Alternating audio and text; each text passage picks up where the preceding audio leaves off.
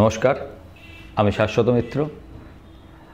প্রথমেই বলি, ভিডিওটা শুরু করার আগের দিন দেখলাম আপনারা অনেকগুলো প্রশ্ন করেছেন। তাতে একজন বলেছেন যে আপনি বেদান্ত আর বাজাজ ফিনসাপ কিনতে বলেছেন, তারপরে তার কোনো আপডেট দেন না। দাদা, সব যদি আপনিই করে দিই তাহলে আপনি কি করবেন? আমি আপনাকে কিনতে বলেছি 1580 টাকায় বাজাজ ফিনসাপ, 1620-30 টাকায় গেছে। আপডেটের কি দরকার? প্রফিটের আপডেট আমি দেবো না। প্রফিট আপনার চয়েস, কতটা নেবেন না নেবেন। আমি স্টপ লস বলে দিয়েছি, টার্গেট বলে দিয়েছি, এটা অবধি যেতে পারে, সবসময় যাবে তা তো নয়।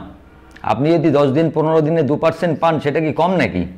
আপনি বলছেন চলেনি, 1580 থেকে 1620 মানে 2% টাকা। আর বেদান্ত তো আমি 255 থেকে 65-র মধ্যে বলেছিলাম, আপার রেঞ্জ হলো, আজকে 289 টাকা হাই করেছে। কালকেও 276 টাকা ছিল যখন আপনারা লিখেছিলেন, 74-75 টাকা ছিল, তাতেও 4%। আজকে নয়, সেটা প্রায় 10%-এর কাছাকাছি হয়ে গেছে, 9% ধরে নিন। তাহলে আমি তো আপনাদের একটা টার্গেট দিচ্ছি। আপনারা যদি সবসময় বলেন যে আমি আপডেট দিতে হবে, তাহলে কিন্তু আমার পক্ষে দেওয়া সম্ভব নয়। কারণ আপনি খালি স্ট্রিক রাখবেন সেটা হচ্ছে স্টপ লস। যদি সেটা কোনো চেঞ্জ করতে হয় আমি বলে দেবো, প্রফিট ইজ ইয়োর্স। আপনি বুঝবেন কোথায় আপনি বুক করবেন। এবং আমি বারবার একটা কথা বলি, বুক করতে হবে না, আপনি ট্রেলিং স্টপ লসটা শিখে নিন। স্টক ট্রেল করবেন, যদি কেটে গেল কি এসে যায়?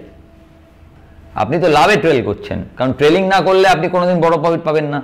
তার জন্য কিছু পয়সা হয়তো আপনার কমবে, কিন্তু তাতে অসুবিধা নেই। আপনি তো লাভ করছেন, তার কিছু পয়সা আপনাকে দিতেই হবে বড় লাভের জন্য।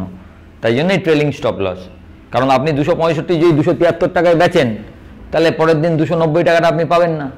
কিন্তু আপনি ওটাই 268-তে স্টপ লস দিয়ে দেখতে থাকেন, তাহলে পরের বার যখন স্টপ লস 282-তে দেবেন, যদি আজকে যেটা কালকে আমি আপনাদের বলেছিলাম, যারা আমার ক্লোজ গ্রুপে আছেন, তাহলে আজকে 289 থেকে 282-তে আপনাদের স্টপ লস যদি কেটেও, যদি আপনি 90 টাকা, আমি বলেছি 89 কিছু একটা পয়সা মনে হয় হাই করেছে, যদি আপনি বুক না করে থাকেন, 82 টাকায় যদি আপনার কেটেও যায়, তাহলে 65 থেকে 82, 17 টাকা, মানে আপনার 5% রিটার্ন হয়ে গেছে, 6% রিটার্ন হয়ে গেছে।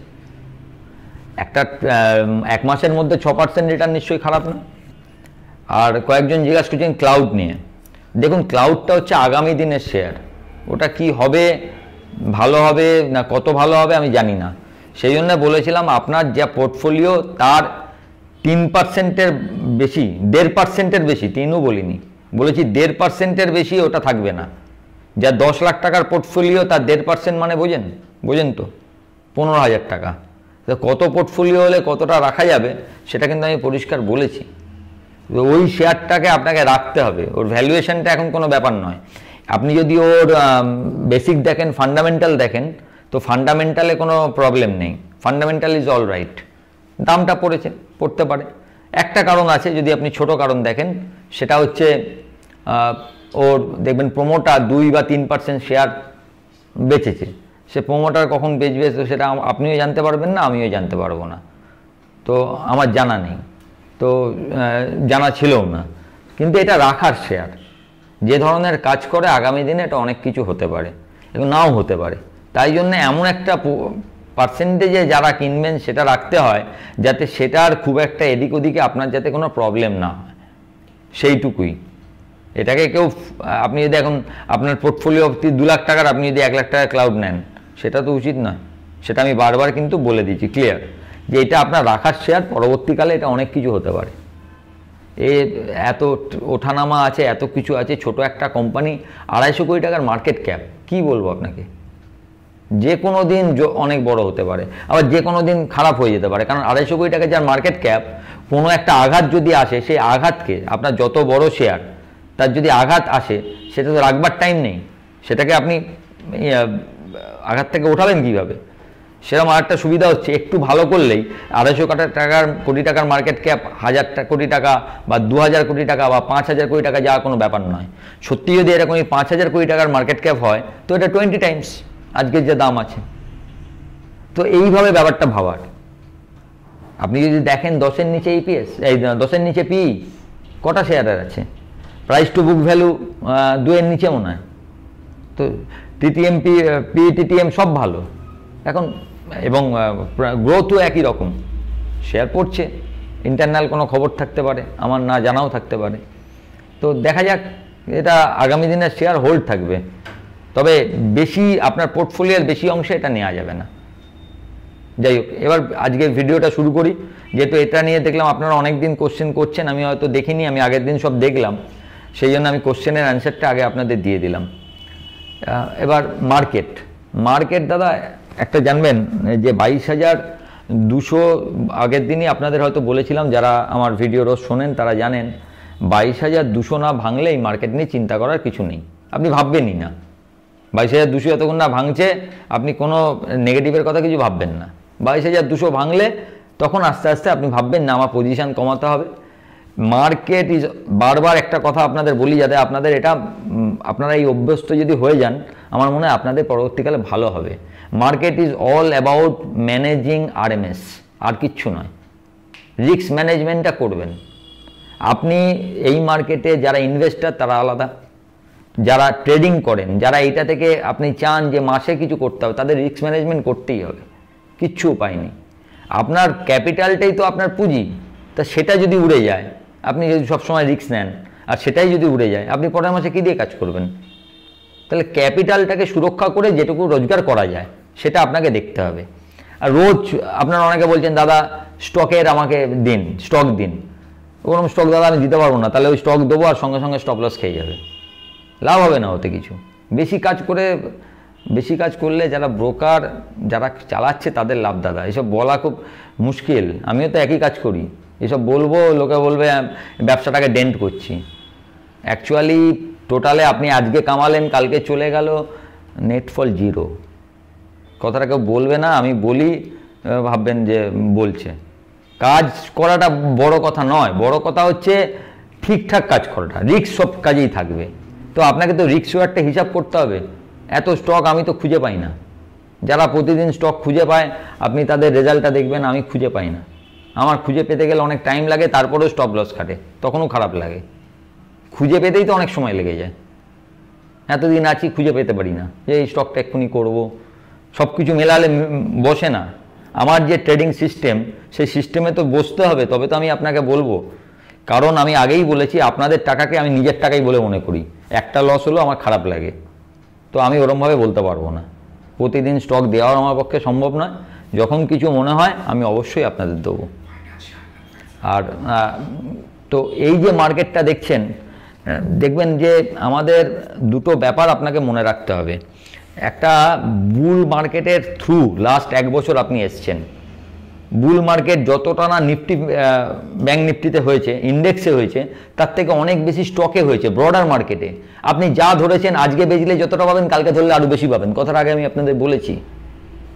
23 এপ্রিল থেকে যে মার্কেটটা শুরু হয়েছে, আপনি যতদিন রাখবেন তত বেশি টাকা। সেই মার্কেট আজকে নেই, কারণ সেই ভ্যালুয়েশনটা নেই। ভ্যালুয়েশন ঠিকই আছে, কিন্তু যেটা উপরে চলে গেছে, একটা জিনিস যেটা সস্তাটা নেই। এখন হয়তো ভ্যালুয়েশন খুব একদম মানে ইউফোরিয়া তৈরি হয়ে যায়নি যে উল্টো পাল্টা ভ্যালুয়েশন হয়ে গেছে, কিন্তু যে অ্যাভারেজ ভ্যালুয়েশনে মার্কেট চলে তার থেকে ভ্যালুয়েশন একই জায়গায় বা সামান্য বেশি। তার মানে মার্কেট ইজ ফুললি ভ্যালুড। তো ফুললি ভ্যালুড মার্কেটে যখন আপনি কোনো স্টক থেকে ভ্যালু খুঁজতে যাবেন, আপনাকে তো দেখতে হবে যে তার ক্রাইটেরিয়াগুলো দেখতে হবে। একটা স্টকে সবসময় জানবেন যে স্টকটা নেবেন সে স্টক যেন 20-30 টাকা পড়ে গেলে আপনার ভয় না লাগে, তাহলে আপনার নেওয়া ভুল। তার মানে আপনি একটা ট্রেড করছেন সবসময় রিস্ক নিয়ে। আমি সবসময় চাই যার ফান্ডামেন্টালি স্টকটা ঠিক থাকবে, যেখানে 20 টাকা 30 টাকা পড়ুক, আমি ভাবতে পারবো না এই স্টকটার ভ্যালুয়েশন ঠিক আছে। পড়লে আবার মার্কেট ঠিক হলে উঠে যাবে। মার্কেটের জন্য মার্কেট ওঠানামা হয়। যেরকম ধরুন আপনি যদি কদিন ধরে দেখেন, যাদের মিউচুয়াল ফান্ড আছে তারা বুঝতে পারবেন। ধরুন যাদের লার্জ ক্যাপ ফান্ড আছে বা ফ্লেক্সি ক্যাপ আছে, তারা দেখবেন খুব একটা পড়েনি, কিন্তু যাদের স্মল ক্যাপ বা মিড ক্যাপ আছে তাদের দেখবেন একটু ফান্ডটা ডাউনফল হয়েছে। তার কারণ কি, এই কদিনে দেখবেন মিড ক্যাপ স্মল ক্যাপে একটু বেশি ডাউন হয়েছে। আপনি যদি আমার 1 মাস আগের ভিডিও দেখেন, দেখবেন আমি বারবার বলেছি যে লার্জ ক্যাপে ভ্যালু আছে এখনও। যারা আমার সেমিনারে গেছেন তাদের প্রতিটা শেয়ার ধরে দেখিয়েছিলাম যে এখনও লার্জ ক্যাপ 2023-এ ভ্যালুয়েশন 2022-এর ভ্যালুয়েশনের থেকে সস্তা আছে ভ্যালুয়েশন অনুসারে, কিন্তু মিড ক্যাপ স্মল ক্যাপে সেই জায়গা নেই। এখন মার্কেট বাড়লেও ব্রডার মার্কেট দেখে আপনার মনে হচ্ছে না যে মার্কেট বাড়ছে, আপনার মনে হচ্ছে মার্কেট পড়ে আছে। তো এই ব্যাপারটা আপনাকে বুঝতে হবে, সবসময় তো মার্কেট একইভাবে চলবে না। তো সেই জন্য আপনাকে একটু ধরে সরে দেখে শুনে স্টকগুলো বাছাই করতে হবে। সেই জন্য রোজ বললো আমি ওরকমভাবে স্টক দিতে পারবো না, আমার পছন্দসই হতে হবে, যেটা দিয়ে আমি ভাববো না আমি একটা জিনিস বললাম, একটা জায়গায় দায়িত্ব নিয়ে বলেছি, কারোর যেন লস না হয়। লস তো হতেই পারে, আমারও দিনরাত হচ্ছে, কিন্তু আমার থেকে আমি বলার পর যদি এটা রেকমেন্ডেশন কোনো চ্যানেল নয়, তবু অনেকেই আমার কথা শুনে হয়তো তার থেকে নিয়ে হয়তো কেউ করলো, সেখানে যেন কারো ক্ষতি না হয়, এইটা সবসময় মনে রাখতে হবে। আমি সবসময় বলি যে আমারটা আপনারা দেখবেন, কিনবেন না, তাহলে আপনাদের একটা আইডিয়া তৈরি হবে যে না কীভাবে স্টক দেখতে হয়, এটাকে শিক্ষামূলক চ্যানেল হিসাবে আপনি নেবেন। কিন্তু অনেকে হয়তো কিনেও ফেলেন, তো সেই জন্য সবসময় এটা মাথায় রাখতে হয় যে যাতে কারুর কোনো খারাপ না হয়। এবার দেখুন মার্কেটের 3 ধরনের কারেকশানের দরকার। কি কি? একটা হচ্ছে প্রাইস কারেকশান, দামটা অনেকটা উঠে গেছে সেটা নামুক। একটা হচ্ছে টাইম ওয়াইজ কারেকশান, ছোট সময়ের মধ্যে উঠে গেছে, তাহলে কিছুদিন যদি থিতিয়ে পড়াটা সেটা ভালো, কারণ সময় দিতে হবে। তো একটা স্টক বাড়বে, একটা আপনি ভাবুন না প্রতিদিন যদি এরম বাড়তে থাকে, 1 বছরে তো নিফটি তো 3 ডবল হয়ে যাবে, তাহলে স্টক 10 ডবল হবে। সেগুলো কি কোনো ভ্যালুয়েশন তৈরি হবে? তার টাইম হবে। মানে কি স্টকের ভ্যালুয়েশন কী থেকে হয়? তার আর্নিং থেকে হয়। সে কত টাকা আর্নিং করে, তার আর্নিং বাড়লো না, তার আগে যদি ভ্যালুয়েশন হয়ে যায় কী হবে? ইউফোরিয়া তৈরি হবে, মার্কেট ক্র্যাশ হবে, লোকে আরও বেশি মরবে। তো জানবেন যে এই যে পড়ে থাকা, এক জায়গায় ঘুরে বেড়ানো, আপনার খুব বিরক্ত লাগছে, এটা মার্কেটের পক্ষে খুব আশীর্বাদ। It's good for market. এই টাইম ওয়াইজ কারেকশানটা, প্রাইস কারেকশানের থেকেও টাইম ওয়াইজ কারেকশান দরকার। তা 2 রকম কারেকশান হয়ে গেল। আরেকটা হচ্ছে কীরকম কারেকশান হতে পারে? কারেকশান কিছু নয়, এটা আমাদের ভাবনা। এই যে আমরা সবসময় ভাবছি পড়ে যাচ্ছে বা বেড়ে যাচ্ছে, এই একটা মেন্টালিটি নিয়ে তো আমরা আসি। আপনি দেখবেন, আপনি জানেন না, যখন মার্কেট পড়ে দেখবেন মার্কেটে কেউ থাকে না, কারণ সবাই তখন ভাবে পড়ে একদম মার্কেট তলায় চলে যাবে, যে যা দাম আছে আরও নিচে যাবে। তো এটাও যেরকম ভাবনা। আবার যখন মার্কেট বাড়তে থাকে তখন আমরা ভাবি এই বাড়বে ওই বাড়বে, কোনো দামের ঠিক নেই, আমরা যে কোনো দামে কিনতে থাকি, মনে করি আজকে কিনলেই কালকে বাড়বে। তো এই যে ভাবনা, এই এতদিন ধরে মার্কেট চলেছে, তো আমার ভাবনা হয়ে গেছে সবসময় মার্কেট বাড়বে। তো ভাবনারও একটা গ্যাপ দরকার, একটু সময়। আপনি ভাবুন মার্কেট ভালোই থাকবে, যারা এখনও বলছি যারা ইনভেস্টার তাদের কোনো চিন্তা নেই, কিন্তু এই সময়টা, এবং এটা ধরুন এই সামনে ভোট, এইসব নিয়ে সব কিছু নিয়ে একটু সময় লাগবে। তো এইরকমভাবে মার্কেট চলাটাকে খারাপ ধরে নেবেন না। এবং নতুন মার্কেট কখন দেখবেন? নতুন হাই যখন করবে, 500-র ওপরে যদি মার্কেট চলে, 550, 525, কারণ 500 দিয়ে বারবার ব্যাক করছে, তো 525-এর ওপরে যদি নিফটি বন্ধ হয় আবার নতুন হাই ভাববেন। আর এদিকে 200-র নিচে যদি যায় তখন ভাববেন আপনি একটু হাতটা টানি, একটু ভাবি যে এত পজিশন রাখবো না।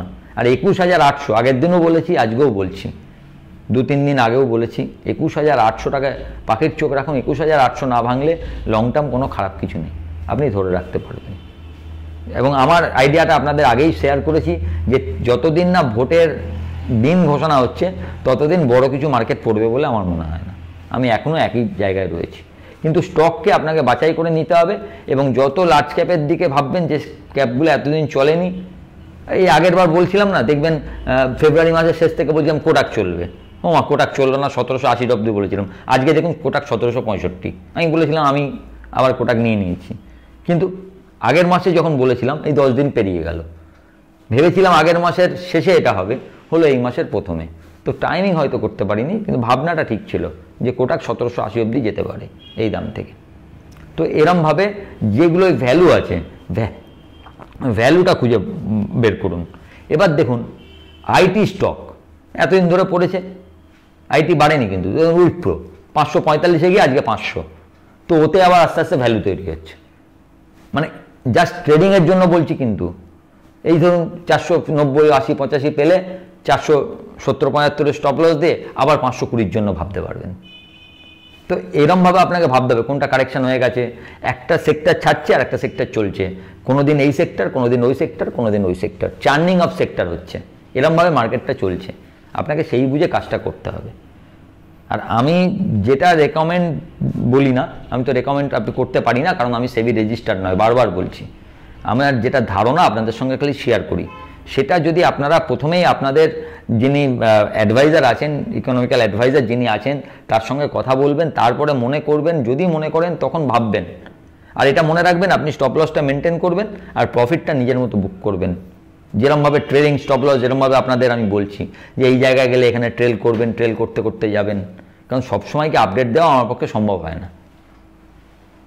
নিজেদেরও কিছু কাজ থাকে, নানা রকম কাজে ব্যস্ত থাকি, সবসময় হয়তো দিতে পারি না। তার জন্য আগে থেকেই আপনাদের কাছে ক্ষমা প্রার্থী যে অনেক সময় হয়তো টাইমে আপনারা হয়তো আশা করেন যে সব বলে দেবো, কিন্তু সেটা সম্ভব না। কিছুটা কাজ নিজেদেরও করতে হবে, নাহলে তো আপনারা ডিপেন্ডেন্ট থেকে যাবেন। আমার সেটা লক্ষ্য না, আমার শুধু আপনি নিজে শিখে যান, যাতে আপনার আমাকে আর না লাগে, সেইটাই আপনারা চেষ্টা করুন। ভালো থাকবেন, মার্কেট এরমই চলতে দিন যতক্ষণ এরম আছে, আমার মতে ভালো আছে। ভিডিওটা ভালো লাগলে লাইক শেয়ার করবেন, যারা প্রথমবার দেখছেন কাইন্ডলি সাবস্ক্রাইব করবেন এবং বেল আইকনটাকে ক্লিক করে দেবেন, যাতে যদি আমি ভিডিও করি প্রথমেই আপনি নোটিফিকেশান পান। আর যারা অলরেডি আমার সঙ্গে আমার অপশান ক্লাসের জন্য এনরোল করিয়েছেন, তাদের সঙ্গে তো শনিবার থেকে দেখাই হবে, এবং অপশান কালকে 5টার পরে কেউ আর টাকা পাঠাবেন না। কালকে অবধি লাস্ট, বিকেল 5টার পরে আর কেউ কিছু পাঠাবেন না, যেটুকু হওয়ার ওইটা অবধি হবে। ভালো থাকবেন, নমস্কার।